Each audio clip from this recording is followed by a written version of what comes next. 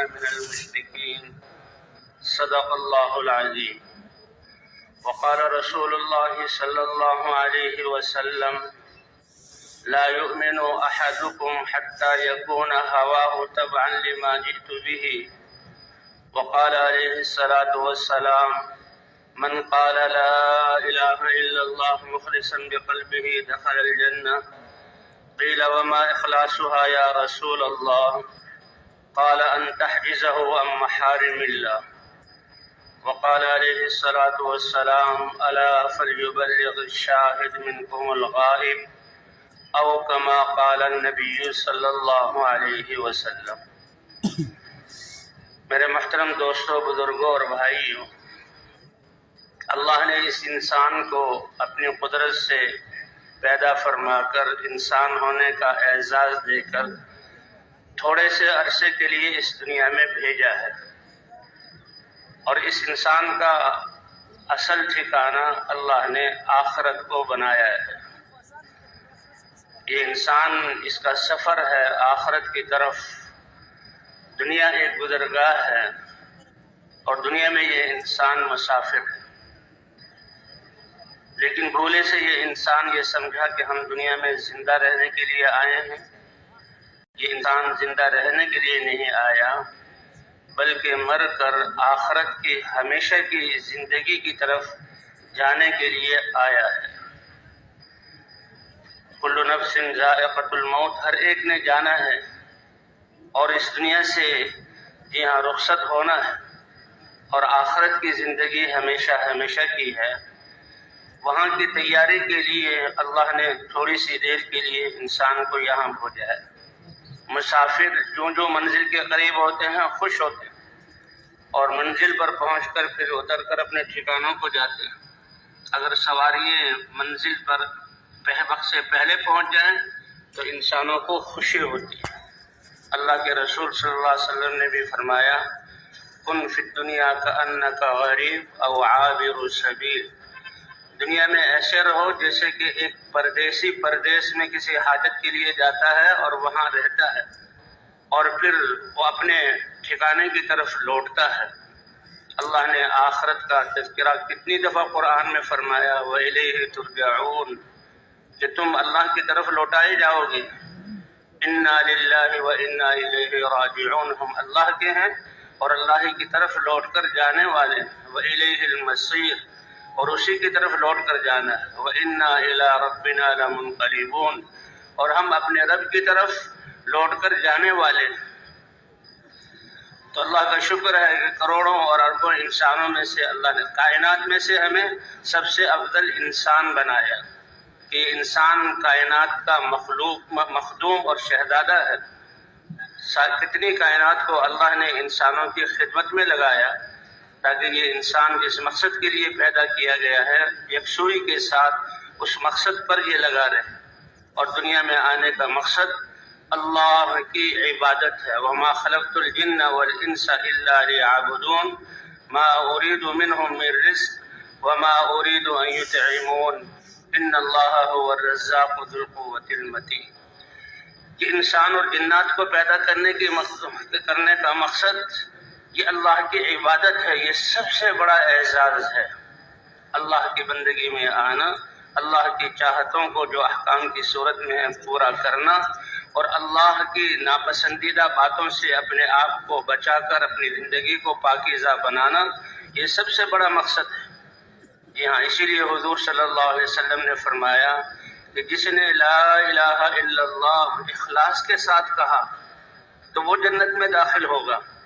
صحابہ کرام رضوان اللہ علیہم اجمعین نے عرض کیا: یا رسول اللہ، اس کلمے کا اخلاص کیا ہے؟ فرمایا کہ یہ کلمہ اس انسان کو اللہ کی نافرمانیوں سے روک دے. جی ہاں، تو اللہ کی عبادت یہ سب سے بڑا اعزاز ہے جو اللہ نے ہمیں انسان بنا کر عطا فرمایا ہے. تو کائنات کی مخلوق میں سے سب سے افضل انسان بنایا، اور انسان بنا کر اللہ نے ایمان عطا فرمایا اور ہمیں مسلمان بنایا. ایمان کی وجہ سے اور اسلام کی وجہ سے اس انسان کے اعمال کی تاثیر اور اس انسان کا درجہ ساری کائنات سے افضل ہو گیا. یہ اسلام اتنی بڑی چیز ہے کہ ایمان کا ذرہ بھی اگر انسان محفوظ کر کے آخرت میں لے گیا تو اس کی نافرمانیوں پر اللہ چاہیں تو معاف کر دیں.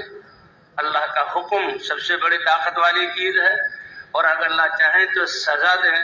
لیکن اس ایمان کے ذرے پر اللہ تعالیٰ آخرت میں جنت کہ جس کی جنت کی زمین کی ایک بالش جگہ یا انسان اپنا کوڑا زمین پر رکھے اس کے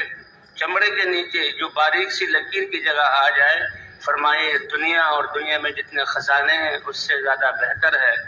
تو اس ایمان کے ذرے پر اللہ تعالیٰ دنیا سے 10 گنا بڑے رقبے والی جنت عطا فرمائیں گے. فرمایا کہ اللہ تعالیٰ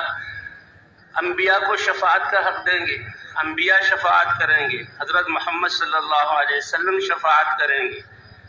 اور پھر علماء شفاعت کریں گے، اور اللہ پھر جو ہے صالحین شفاعت کریں گے، نیک لوگ شفاعت کریں گے. اے اللہ ہمارے ساتھ بسنے والے مسلمان ان سے گناہ ہوئے اور وہ ہمارے ساتھ جنت میں نہیں جا رہے، ان کی سفارش پر اللہ جہنمیوں کو جہنم سے نکال کر جنت میں داخل کریں گے. اور ایک روایت میں آتا ہے کہ پھر اللہ فرمائیں گے انبیاء نے بھی سفارش کر لی اور علماء نے بھی سفارش کر لی، صالحین نے بھی سفارش کر لی، ان کی سفارش پر میں نے گناہگاروں کو بخشا اور جنت میں داخل کیا. اب تو ارحم الراحمین باقی رہ گیا ہے کہ وہ اپنی قدرت کا مظاہرہ کیسے کرتے ہیں. تو لب بھریں گے، وہ کیا بڑی اس کی مقدار ہوگی اللہ کے شان کے مطابق.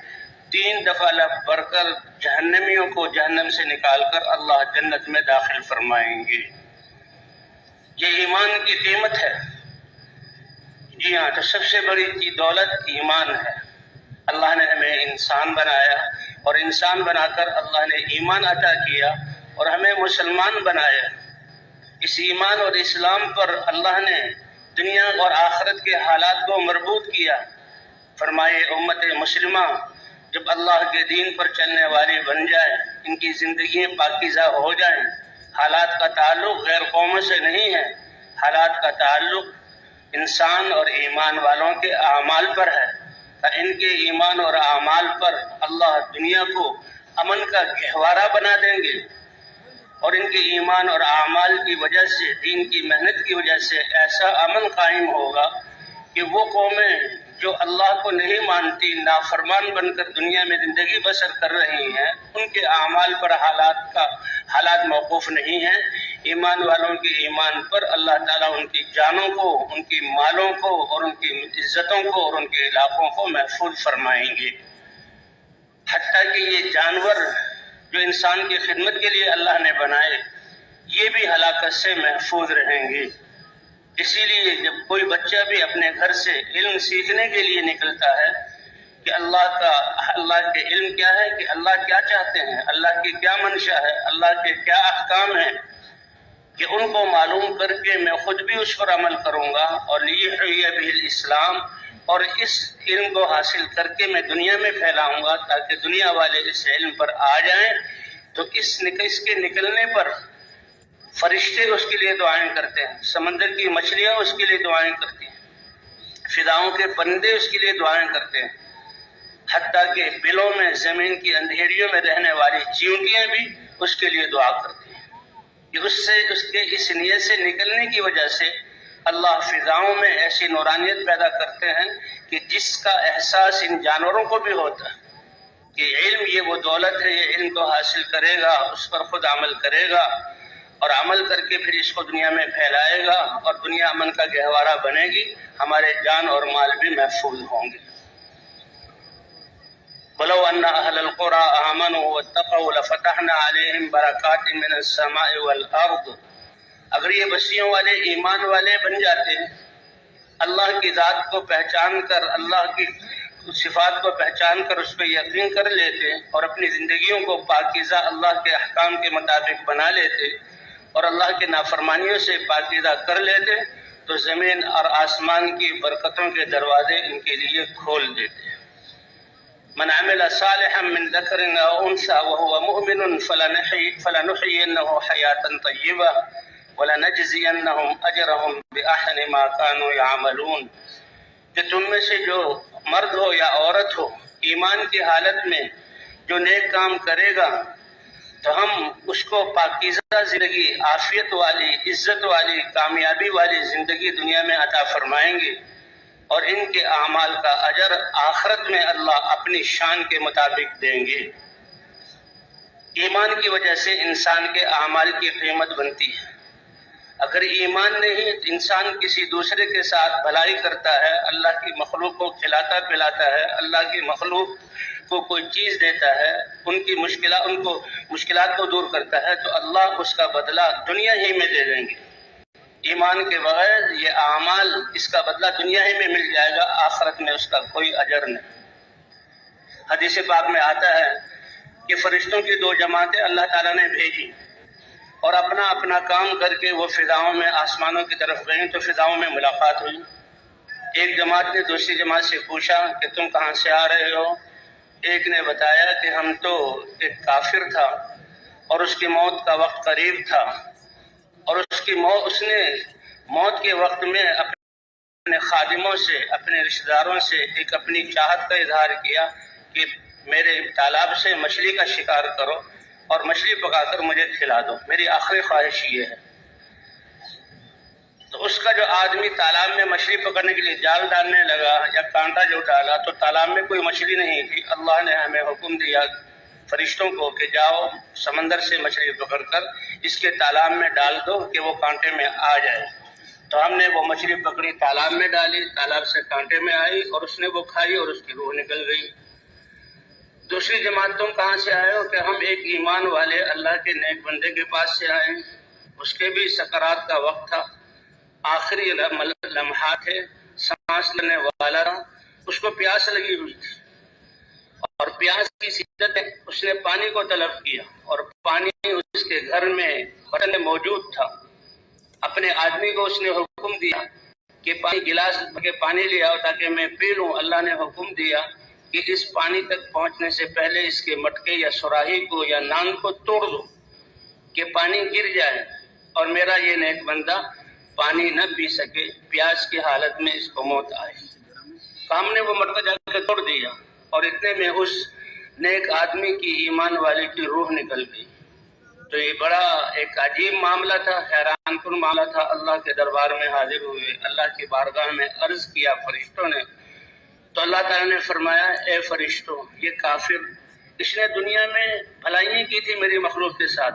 تو میں نے اس کی بھلائیوں کا بدلہ اس کو دنیا کی نعمتوں کے اعتبار سے دے دیا تھا۔ ایک نیکی اس کی باقی رہ گئی تھی اور ادھر موت آئی، تو میں نے پسند نہیں کیا کہ یہ ایک نیکی کو لے کر میرے پاس آئے، کیونکہ وہ نیکی نہیں ہے، اس کا بدلہ میں نے ناممکن صورت کو ممکن بنا کر مچھلی کی نعمت کی صورت میں اس کو دے دیا، اور اس کا حساب ختم۔ اور یہ ایمان والا تھا، یہ بڑا فرما بردار اور طاعت گزار بندہ تھا، سارے گناہ اس کے معاف ہو گئے تھے، زندگی پاکیزہ تھی، لیکن ایک گناہ رہ گیا تھا، اور اس کی موت کا وقت آیا۔ میری ذات نے گوارا نہ کیا کہ میرا بندہ اس گناہ کے دبے کو لے کر میرے پاس پیش ہو اور نادم ہو، تو اس مشقت کو ڈال کر میں نے اس کے اس گناہ کو معاف کر دیا اور پاک کر دیا۔ تو بھی ایمان اتنی بڑی دولت ہے کہ ایمان کی وجہ سے تو اس کے سارے اعمال، ایک سبحان اللہ کہنا یہ ایسا ہے کہ ترازو کے ایک پلڑے میں رکھ دیا جائے تو 7 زمین اور آسمان سے زیادہ قیمتی ہے، یہ فنا ہو جانے والی چیز ہے۔ ایمان کی بنیاد پر ایک شخص نے راستے سے پڑی ہوئی شاخ کو، جو لوگوں کو تکلیف دے رہی تھی، گزرنے والے جانوروں کو تکلیف دے رہی تھی، اس کو ہٹایا،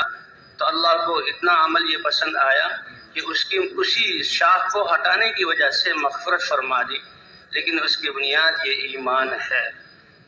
ایمان کی وجہ سے انسان کے ہر لمحے اور ہر عمل کی قیمت بنتی ہے۔ اللہ نے ہمیں یہ ایمان عطا فرمایا اور اللہ نے مسلمان جہاں ہمیں بنایا۔ فرمایا کہ ساری دنیا نافرمان ہوگی، ایک آدمی اللہ اللہ کہنے والا ہوگا کہ وہ مسلمان ہوگا، اللہ اللہ کہنے والا ہوگا، تو اس کے اللہ کہنے کی وجہ سے اللہ تحت الثری سے لے کر عرش تک 7 آسمان اور فرشتوں کے نظام کو باقی رکھیں گے۔ یہ ساری کائنات کی بقا اس مبارک دین کی وجہ سے، اور اس مبارک دین میں اللہ کا نام ایک آدمی لینے والا ہو، اللہ اس کی وجہ سے ساری کائنات کو باقی رکھیں گے۔ لوگ دھوکے میں ہیں کہ ہماری حکومتوں اور ہماری دنیاوی ترقیات اور نئی نئی ایجادات اور ہمارے انتظامات سے یہ دنیا کا نظام چل رہا ہے۔ نہیں، جب تک اس زمین پر ایمان والے بس رہے ہیں تو ان کی وجہ سے اللہ سارے کائنات کو باقی رکھیں گے۔ ایک مسلمان کی جس دن اس کی روح نکلی، اللہ اس دنیا کو ختم فرما دیں گے۔ اس لیے حضور صلی اللہ علیہ وسلم نے فرمایا، اے معاذ ایاک والتنعم، کہ تم زندگی کو خوشگوار نعمتوں والا بنانے کی کوشش چھوڑ دو۔ جو نعمتیں اللہ دیں وہ تو ٹھیک ہے، لیکن اس کے لیے دین کو چھوڑ کر اس میں لگو، اس سے چھوڑ دو۔ فإن عباد اللہ لیسوا بمتنعمین، کہ اللہ کی بندے بن کر، اللہ کی چاہت کو پورا کرنے والے بن کر زندگی گزارنے والے، وہ اپنی زندگی کو خوشگوار نہیں بناتے۔ تو اس لیے اللہ نے اس دنیا میں ہمیں تھوڑے سے عرصے کے لیے بھیجا ہے، اور دنیا کی زندگی ایک امانت ہے۔ اب انسان جب ایمان لے آتا ہے تو پھر تو اس کی بھوک، اس کی پیاس، اس کا رنج اور غم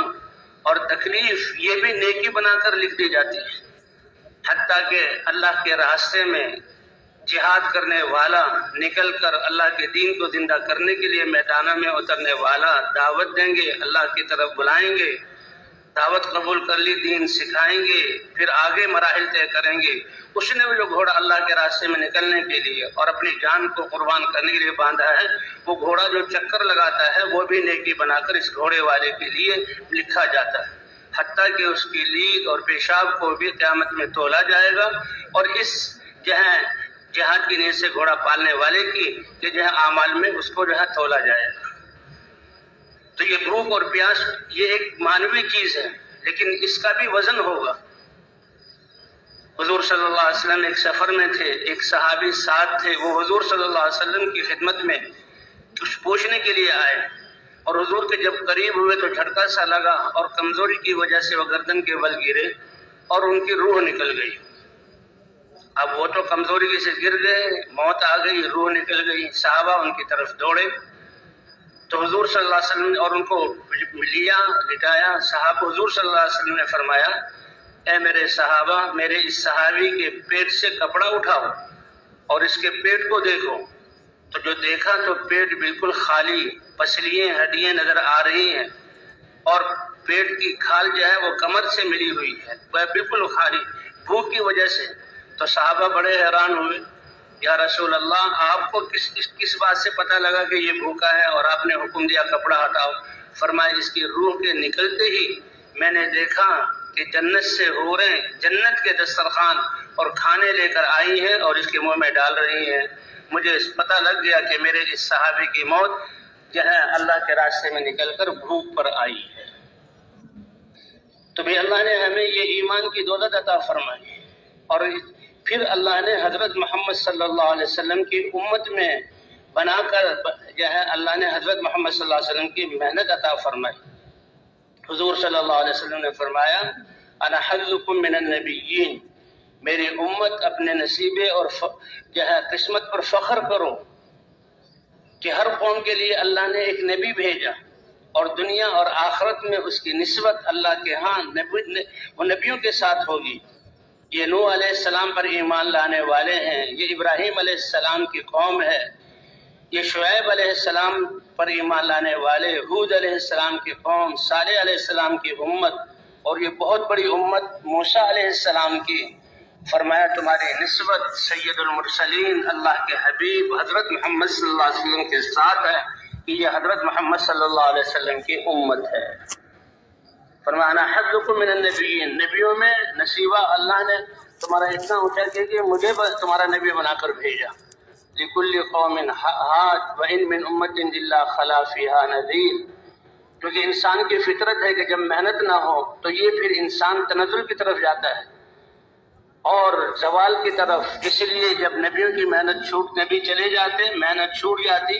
اور انسان کفر تک پہنچ جاتے ہیں اور زمین کو ظلم اور شرک سے اور گناہوں سے بھر دیتے، اللہ ان کو ہلاک نہیں کرتے تھے، اللہ نبی کو بھیج کر دعوت دے کر اس امت کی اصلاح فرماتے تھے، اور نبی آ کر دعوت کی محنت کرتے، بنیادی طور پر لا الہ الا اللہ کی دعوت کے ذریعے ایمان اور یقین کو بنایا جاتا، اور ایمان اور یقین کے بننے پر پھر اللہ کا دین اترتا اور دین کی پر عمل کرنے والے بنتے، ان میں طلب آتی اللہ کے احکام کو حاصل کرنے کی، پھر اس پر چلتے تو ان کو اللہ دنیا میں بساتے اور نبی کی دعوت کی وجہ سے اللہ باطل کو توڑ کر رکھ دیتے۔ اب یہ دعوت کا عرصہ کتنا بڑا ہو اس کا علم اللہ کو ہے۔ نوح علیہ السلام 950 سال تک دن رات اپنی قوم کو دعوت دیتے رہے، کثرت کا جو بت ٹوٹا اور یہ پوری قوم کی اس کا شرک اور ظلم جو ختم ہوا، اللہ نے پانی کے ذریعے طوفان کے ذریعے ختم کیا، وہ نوح علیہ السلام کی دعوت سے۔ قوم عاد کی سرکشی کو اور ان کے ظالموں کو جو اللہ نے ختم کیا ہود علیہ السلام کی دعوت کی وجہ سے۔ نمرود کی نمرودیت کو جو اللہ نے مٹایا ابراہیم علیہ السلام کی دعوت کی وجہ سے۔ جب بھی اللہ نے کسی قوم پر احسان کرنے کا ارادہ کیا تو نبی کو دعوت والی محنت دے کر بھیجا، اور اس دعوت کے ساتھ اللہ نے اپنا ایک قانون زندگی دین عطا فرمایا۔ لقد من الله على المؤمنين إذ بعث فيهم رسولا من أنفسهم يتلو عليهم آياته ويزكيهم ويعلمهم الكتاب والحكمة وإن كانوا من قبل لفي ضلال مبين۔ بڑی ہستی، بڑی ذات بڑے انعام پر احسان جتلاتی ہے، سب سے بڑے تو اللہ ہیں، اور اللہ احسان جتلا رہے ہیں ایک نعمت پر، تو وہ کتنا بڑا احسان ہوگا، اور اس کو احسان کی صورت میں اللہ قرآن میں ذکر کر رہے ہیں۔ نعمتیں تو ساری اللہ کی ہیں، لیکن سب سے بڑی نعمت لقد من اللہ علی المؤمنین، اللہ نے ایمان والوں پر احسان کیا، اذ بعث فیہم رسولا من انفسہم، کنہیں میں سے اللہ نے ایک ہستی کو چنا اور اپنا رسول بنا کر بھیجا۔ تو حضرت محمد صلی اللہ علیہ وسلم کا اللہ کا رسول اور مقتدی بن کر آنا، یہ بہت بڑا اللہ کا احسان۔ اور ان کا کام کیا ہے؟ یتلو علیہم آیاتہ، اللہ کی آیات کو پڑھ پڑھ کر سنائیں گے، ویزکیہم، اور ان کے نفوس کو پاکیزہ کریں گے، خواہشات اور گناہوں کی نحوست اور سیاہیوں سے نکال کر ایمان کے ساتھ منور کریں گے، اور ان کی زندگیوں کو اللہ کے احکام کے نور سے منور اور پاکیزہ اور خوشبودار بنائیں گے۔ وَيُعَلِّمُهُمُ الْكِتَابَ وَالْحِكْمَةَ، اور اللہ کے احکام کو، اپنی سنتوں کو سکھائیں گے، اپنی محنت کو سکھائیں گے، اور اللہ کی کتاب کو سکھائیں گے۔ تو یہ بہت بڑا احسان کہ حضرت محمد صلی اللہ علیہ وسلم کی صورت میں اللہ نے اس امت پر کیا۔ آپ صلی اللہ علیہ وسلم خاتم النبیین ہیں، پہلے انبیاء میں سے ہر نبی ایک قوم کی طرف بھیجا گیا، ایک زمانے کے لیے بھیجا گیا، ایک علاقے کی طرف بھیجا گیا، اور اس کی محنت اور دعوت سے اس قوم اور علاقے اور اس کے زمانے میں ہدایت اتری، اور پھر اس کے جانے کے بعد دوسرا نبی آیا۔ لیکن حضرت محمد صلی اللہ علیہ وسلم کو اللہ نے ساری انسانیت کے لیے رسول اور نبی اور مقتدی بنا کر بھیجا، بشیر اور نذیر بنا کر بھیجا۔ وما ارسلناک الا کافۃ للناس بشیرا ونذیرا، تبارک الذی نزل الفرقان، بابرکت ہے وہ ذات کہ جس نے جو ہے لیکون للعالمین نذیرا، کہ اپنے بندے محمد صلی اللہ علیہ وسلم کو حق بیان کرنے والی اور باطل اور حق کے درمیان فرق کرنے والی کتاب دے کر بھیجا، تاکہ وہ اللہ کے رسول سارے عالموں کو ڈرانے والے ہوں، اور سارے عالموں کے لیے رحمت بنا کر بھیجا۔ آپ صلی اللہ علیہ وسلم کی رسالت سارے انسانوں کے لیے، اس لیے فرمایا میرے سارے امتی جنت میں داخل ہوں گے مگر جو انکار کرے۔ یا رسول اللہ، انکار کرنے والا کون ہے؟ قال من اطاعنی دخل الجنہ ومن عصانی فقد ابا، جس نے میری اطاعت کی وہ جنت میں داخل ہوگا، اور جس نے انکار کیا وہ جنت سے محروم ہو جائے گا۔ تو اللہ ہم سب کو ہدایت کا کمال عطا فرمائے، ایمان کا کمال عطا فرمائے۔ آپ کو پر نبوت کو بند کر دیا گیا۔ انا خاتم النبیین، میں نبیوں میں سے نبوت کے کام پر مہر ہوں، اور مجھ پر نبوت کا دروازہ بند ہو گیا۔ لا نبی بعدی، میرے بعد نبی نہیں آئے گا، اس لیے فرمایا انا حظکم من النبیین، کہ نبی میں ہمارا نسبہ میں ہوں، اور وانتم حظ من الامم، پہلے انبیاء کو اللہ نے قومیں عطا فرمائی، انہوں نے محنت کی، اور فرمایا میرا نسبہ کہ تم جو اللہ کے سب سے زیادہ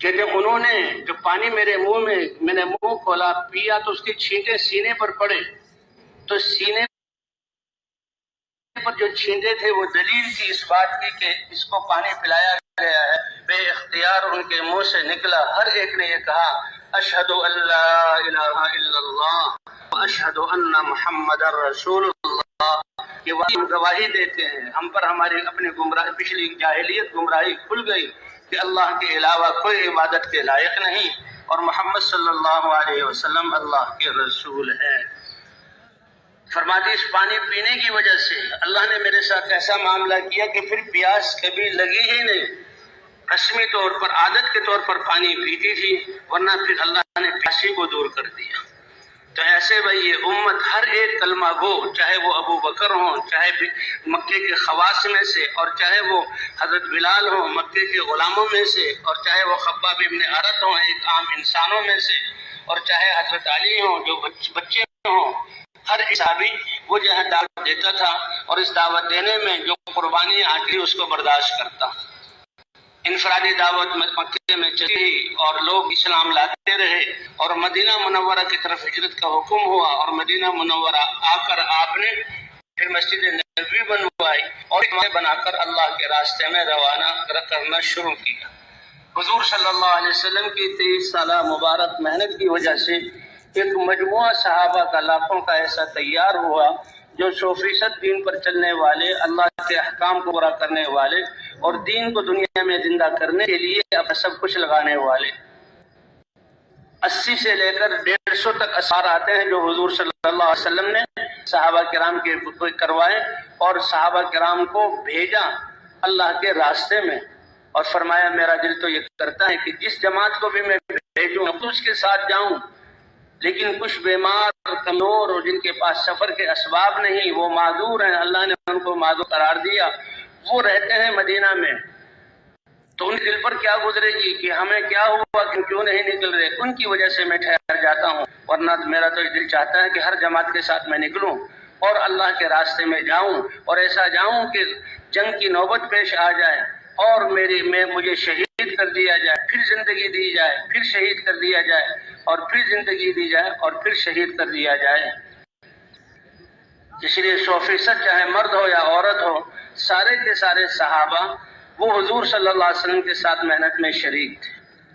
اور حضور صلی اللہ علیہ وسلم کی محنت کیا ہے کہ جو آج اللہ نے آج صدیوں بعد ہمیں یہ محنت عطا فرمائی ہے، اللہ اس کے قدر دانے کی توفیق عطا فرمائے۔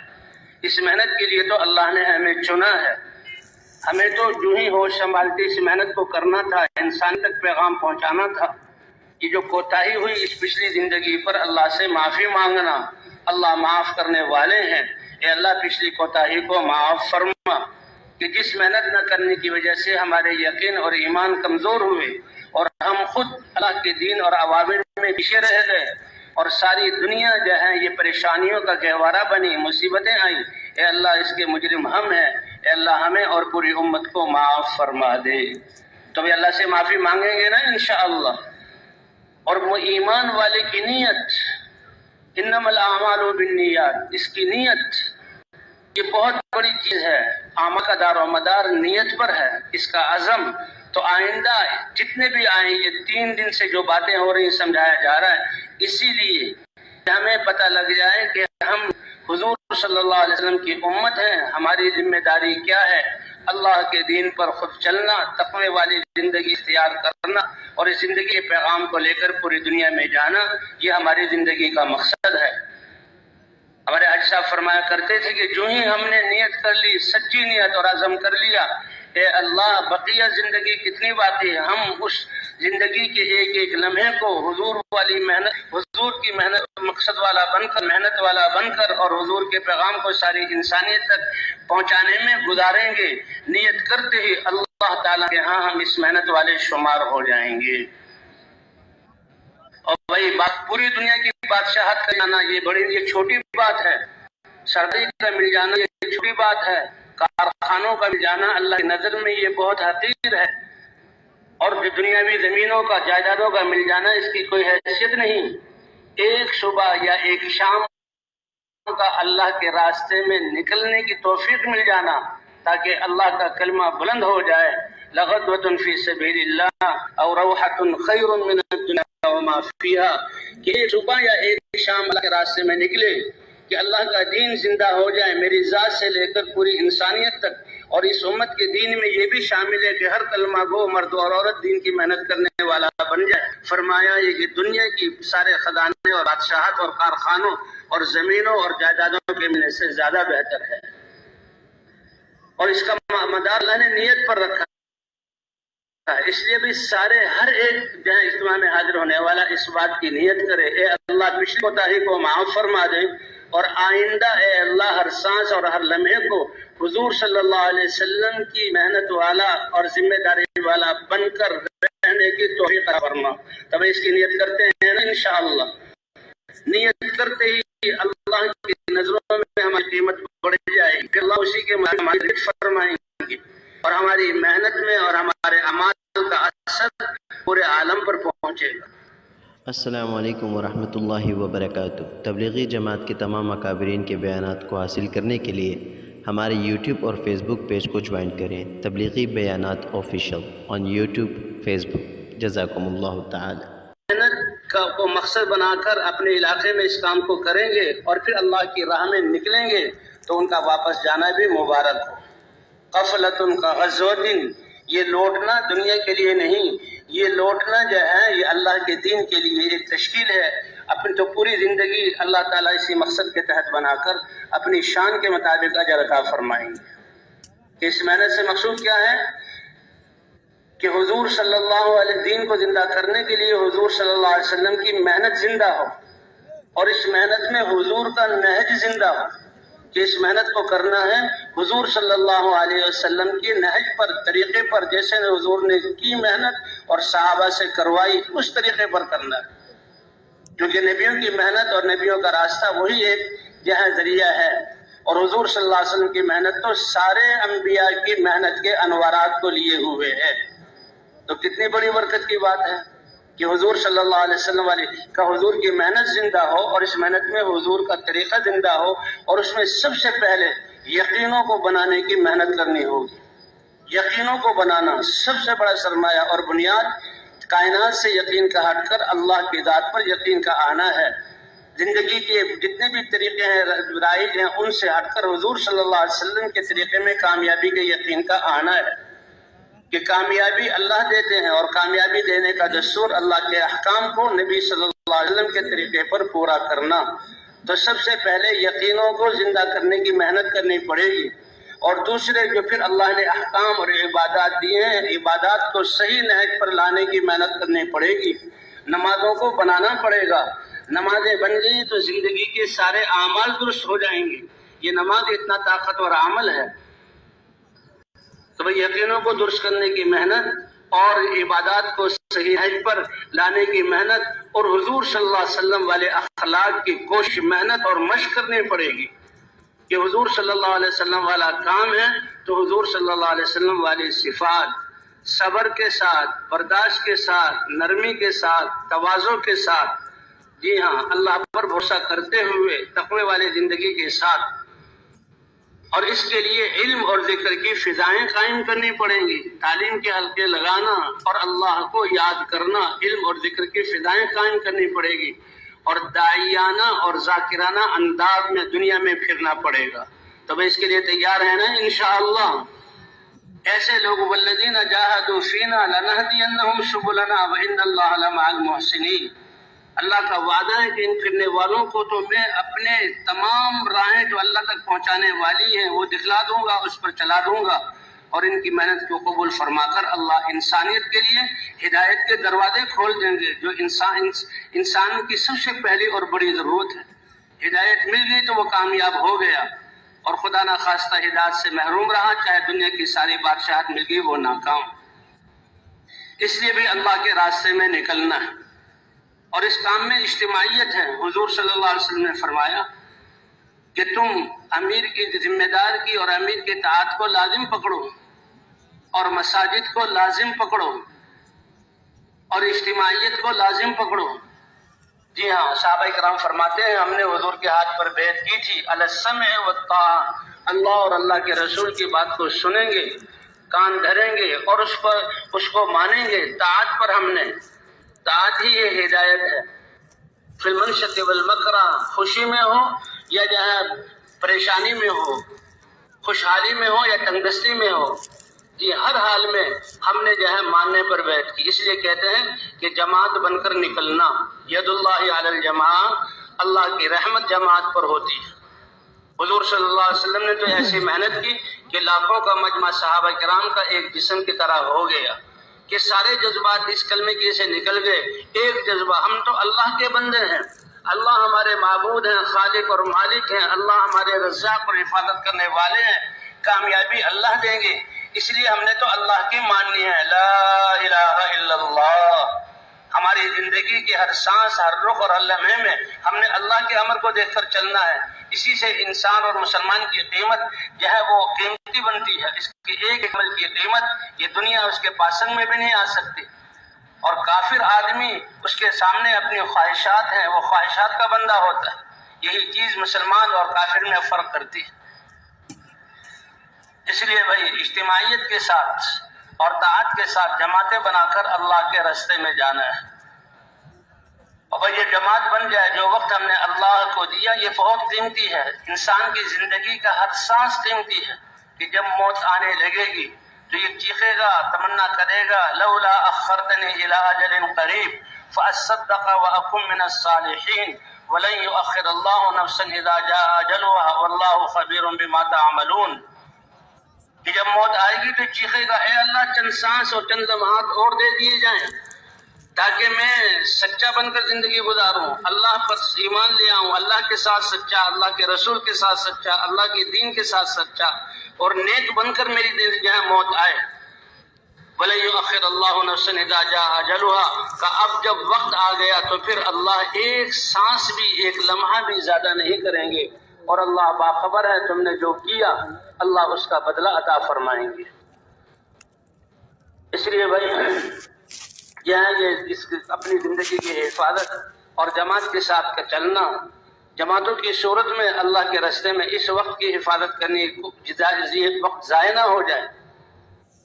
حضور صلی اللہ علیہ وسلم نے صحابہ کی ایک دفعہ تشکیل فرمائی، رات کا وقت تھا تو صحابہ نے عرض کیا بھائی رات تو گھروں میں گزار لیں اور صبح کو چلے جائیں گے۔ حضور صلی اللہ علیہ وسلم سے عرض کیا، یا رسول اللہ ہم گھروں میں چلے جائیں؟ فرمایا تشکیل ہو چکی ہے، تم اللہ کے راستے میں جا رہے ہو، کیا تم اس بات پر راضی نہیں کہ یہ رات بھی اللہ کے یہاں جنت کے باغوں میں سے کسی باغ میں گزرے؟ صحابہ فوراً سمجھ گئے اور اسی وقت کوچ کیا۔ حضور صلی اللہ علیہ وسلم نے ایک لشکر روانہ فرمایا، جی ہاں، موتا کی طرف، روم کے ایک علاقے کی طرف، اور یہ پہلا لشکر تھا جو روم کے مقابلے میں بھیجا، اور فرمایا اس کے سب سے پہلے امیر جو ہے جعفر ابن ابی طالب ہوں گے، اور اگر وہ شہید ہو جائیں تو زید ابن حارثہ ہوں گے، وہ بھی شہید ہو جائیں تو پھر عبداللہ بن رواحہ جو ہے اس کے امیر ہوں گے، اور وہ بھی شہید ہو جائیں تو پھر مسلمان جس کو چاہیں امیر بنا لیں۔ یہ جعفر ابن ابی طالب، زید ابن حارثہ یہ دونوں مہاجرین میں سے تھے، عبداللہ بن رواحہ یہ انصار مدینہ میں سے تھے، اور جمعے کے دن جماعت کو روانہ کیا۔ صبح کو حضور صلی اللہ علیہ وسلم نے ہدایت سے روانہ کیا۔ اب لشکر چل پڑا، عبداللہ بن رواحہ امیر سے اجازت لے کر رک گئے، اور کیا خیال تھا، جمعے کا دن ہے اور جمعے کی نماز قریب ہے، آدھے ہی دن کا وقت، تیاری مکمل ہے، اور پھر اس مسجد میں آنا، حضور نے خوشخبری، ایک یہودی نے بتایا کہ اللہ کے رسول کی پیشن گوئی ہے اور تم اب واپس نہیں آؤ گے، تو ان کو بھی یقین تھا اور خوش ہیں کہ اللہ کے راستے میں شہادت، اس پہ کوئی ملال نہیں ہے۔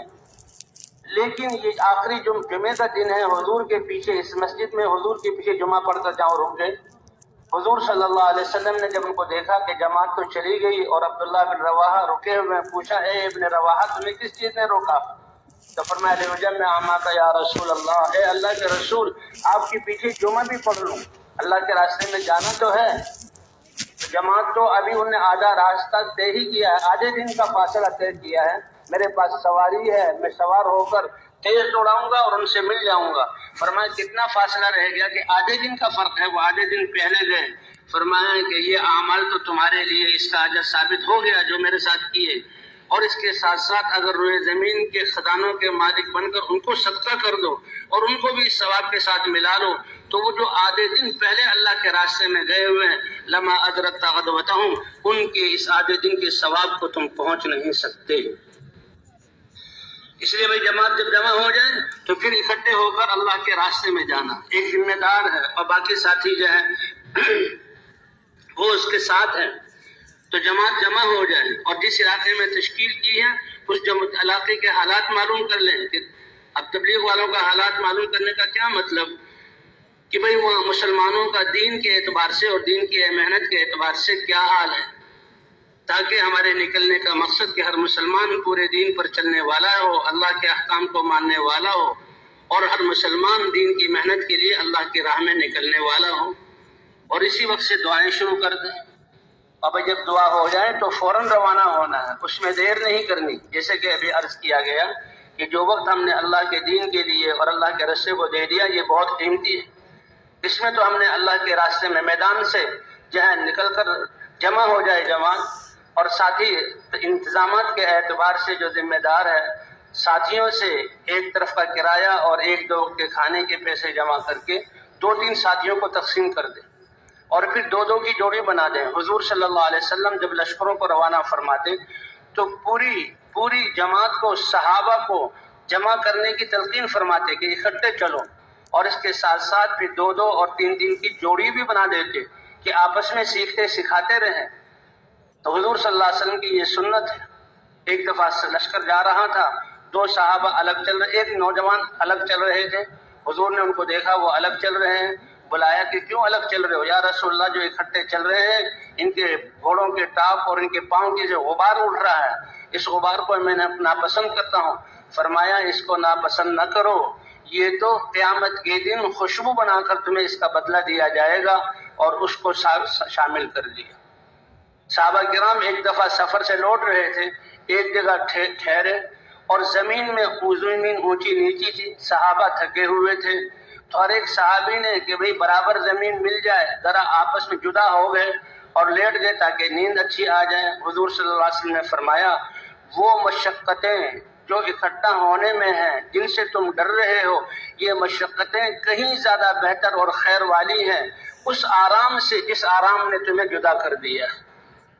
تو بھئی جماعت کے دل بھی اکٹھے ہوں، جسم بھی اکٹھے ہوں، جماعت بنتے ہی بستر بھی اکٹھے ہوں، جوتے بھی اکٹھے ہوں، اور بھئی جب تشکیل ہو تو فوراً اللہ کے راستے میں چلیں، اور پیدل چلنے کو ترجیح دیں۔ پیدل چلنے کو ترجیح دیں کہ جماعتوں کا پیدل چلنا اور تھکنے کی مشقت اور سانس کا چڑھنا، پسینے کا آنا، غبار کا پڑنا، یہ مشقتیں ہیں اللہ کے راستے کی، جس کی وجہ سے اللہ باطل کے خول کو توڑیں گے اور باطل کو توڑیں گے، اور اللہ جو ہے دین کی فداؤں کو قائم فرمائیں گے۔ اب جو 2-2 ساتھی جا رہے ہیں وہ نگاہوں کی حفاظت کرتے ہوئے اور 2-2 ہو کر، اور راستے کے دائیں طرف نظروں کی حفاظت کس لیے ضروری ہے؟ فرمایا نماز میں دھیان بننے کے لیے اور اللہ کا دھیان بنانے کے لیے جیسے ذکر کا اہتمام ہے، ایسے نظروں کی حفاظت کی بھی ضرورت ہے۔ صاف حدیث میں آتا ہے کہ یہ نظر شیطان کے زہر آلود تیروں میں سے ایک تیر ہے، جس چیز کو دیکھ لیتی ہے اس کا نقشہ دل میں آ جاتا ہے۔ پھر نماز میں وہ نقشے آتے ہیں اور پھر ہر جگہ ان چیزوں کا خیالات آتا ہے، بجائے اللہ کی طرف دھیان جانے کے وہ بلڈنگ کیسی تھی، وہ گاڑی کیسی تھی، وہ روڈ کیسے تھے، ہم ان چیزوں کو دیکھنے کے لیے نہیں نکلے، ہم تو اللہ کی طرف یکسو ہونے کے لیے نکلے۔ اس لیے بھائی نظروں کی حفاظت کرتے ہوئے اور چلتے ہوئے بھی آپس میں سیکھنا سکھانا ہو اور ایک دوسرے کو دعوت دینا ہو، کیونکہ یہ حضور صلی اللہ علیہ وسلم کی محنت ہے، اور اس محنت کے اعمال ہیں، امت ساری کی ساری ان اعمال پر آئے گی، جس سے حضور کے زمانے میں اللہ نے اس محنت کو قبول فرما کر ہدایت کی فدائیں قائم فرمائی، تو آج ہم کمزور ہیں، ہماری اس محنت کو قبول فرما کر اللہ ہدایت کی فدائیں قائم فرمائیں گے۔ اور حضور کی محنت میں سب سے پہلا عمل دعوت ہے، دعوت میں اللہ کی طرف بلانا، کہ کامیابی اللہ کے ہاتھ میں ہے، اور اللہ سے کامیابی لینے کا راستہ اللہ کے احکام ہے۔ اللہ کے حکموں میں کامیابی کا یقین ہمارے دل میں آ جائے، اور دنیا کے مال و اسباب اور مناصب میں اللہ کے حکموں کو چھوڑ کر ناکامی کا یقین ہمارے دل میں آ جائے کہ اللہ کے احکام کو چھوڑیں گے تو ناکامی ہوگی، اور دوسرا اسباب اور مخلوقات سے یقین ہٹ کر اعمال کی طرف آ جائے کہ کامیابی دینے والے اکیلے اللہ ہیں، اور اللہ نے کامیابی حضور کے طریقوں میں رکھی ہے، اور کامیابی اللہ کے احکام میں ہے۔ تو چیزوں سے ہٹ کر احکام کی طرف۔ اور تیسرا بھائی دعوت ہماری آخرت کی طرف ہے کہ دنیا تو یہ فانی ہے، دنیا کی کوئی حیثیت نہیں، ہم سب آخرت کی طرف جا رہے ہیں، اصل ٹھکانہ آخرت ہے۔ تو اس طرح دعوت دیتے ہوئے ساتھی جائیں۔ اب جہاں بس اسٹاپ پر جانا ہے یا ریل گاڑی پر، تو جیسے پہلے عرض کیا کہ انتظامی طور پر ساتھیوں سے پیسے جمع کر لیے جائیں، اور وہ 2-3 ساتھیوں کو دے دیے جائیں، 2 ساتھیوں کو خدمت کے لیے مقرر کیا جائے کہ بس والوں سے بات کرنی ہے، ریل گاڑی کا ٹکٹ خریدنا ہے، یا اور کوئی ہے اس کے لیے 2۔ اور یہ بھی صحابہ کرام کی سیرت سے ثابت ہے۔ عقبہ ابن عامر رضی اللہ تعالیٰ عنہ فرماتے ہیں کہ میں اپنے وہاں علاقے سے میرے 12 ساتھیوں کے ساتھ مدینہ منورہ آیا دین سیکھنے کے لیے، تو میری اور میرے ایک ساتھی کی صحابہ نے باری مقرر کر دی کہ بھئی ہم 10 تو جو ہیں حضور کی خدمت میں بیٹھیں گے اور آپ سے سیکھیں گے، علم حاصل کریں گے، اور تم 2 جو ہے ان اونٹوں کو چراؤ گے۔ تو شام تک میں نے اونٹوں کو چرایا، خدمت کی، اور شام کو بھی جمع ہو جائیں گے آپس میں۔ جامع مسجد نبوی میں آیا تو حضور صحابہ کے ساتھ بیٹھے ہوئے تھے، اور حضور صحابہ کو تعلیم دے رہے تھے۔ جب میں بیٹھا تو حضور صلی اللہ علیہ وسلم یہ ارشاد فرما رہے تھے کہ جو آدمی اچھی طرح وضو کرے اور وضو کر کے 2 رکعت بڑی توجہ کے ساتھ 2 رکعت نماز پڑھ لے تو اللہ اس کے لیے جنت کو واجب کر دیتے ہیں۔ کہتے یہ فضیلت والی حدیث سننے میں گواہ ہوا اللہ کے رسول صلی اللہ علیہ وسلم نے کیا مبارک حدیث اور بات ارشاد فرمائی۔ تو میرے ساتھ ایک شخص بیٹھے ہوئے تھے، میں نے دیکھا کہ وہ عمر ابن خطاب ہے۔ وہ کہنے لگے اچھا تم مجلس میں ابھی آئے ہو، تم نے اس بات کو سنا ہے، اس پر اشش کرو گے، تم نے اس سے پہلی بات نہیں سنی کہ اللہ کا دین تو ایسا ہے، اللہ تو ایسے دیتے ہیں کہ حضور صلی اللہ علیہ وسلم نے اس سے پہلے فرمایا کہ جو آدمی وضو کرے اچھی طرح اور وضو کر کے پھر اشہد ان لا الہ الا اللہ واشہد ان محمد رسول اللہ یا محمد عبدہ ورسولہ، اور ایک روایت میں وحدہ لا شریک لہ کو پڑھ لے تو اللہ تعالیٰ اس کے لیے 8 دروازے جنت کے کھول دیتے ہیں جس میں سے چاہے داخل ہو جائے۔ اس لیے بھئی ہم بس اسٹاپ پر جائیں یا اسٹیشن پر جائیں اور وہاں جو ہے انتظار کرنا پڑے تو ہمارا تو ہر لمحہ جنی قیمتی ہے۔ لوگ تو جہاں جہاں جا رہے ہیں وہاں پہنچ کر ہمارا کام، وہ اپنا کام شروع کریں گے، ہمارا کام تو اسی میدان سے شروع۔ ہم جمع ہوں تو اس لیے ہم بس اسٹاپ پر بیٹھے ہوئے تو ہمارا دعوت دینا یا آپس میں سیکھنا سکھانا یا تعلیم کا حلقہ لگانا، ہم نے تو کسی وقت اعمال کو چھوڑنا نہیں ہے۔ اگر نئے اور پرانے ساتھی ہیں اور بات کو سنبھال سکتے ہیں تو 2-2 کی جوڑی بنا کر جو لوگ انتظار میں بیٹھے ہوئے ہیں ان سے بات کرنا اور ان کے سامنے اپنی اس دعوت کا مقصد پیش کرنا کہ اللہ نے ہماری دعوت کیا ہے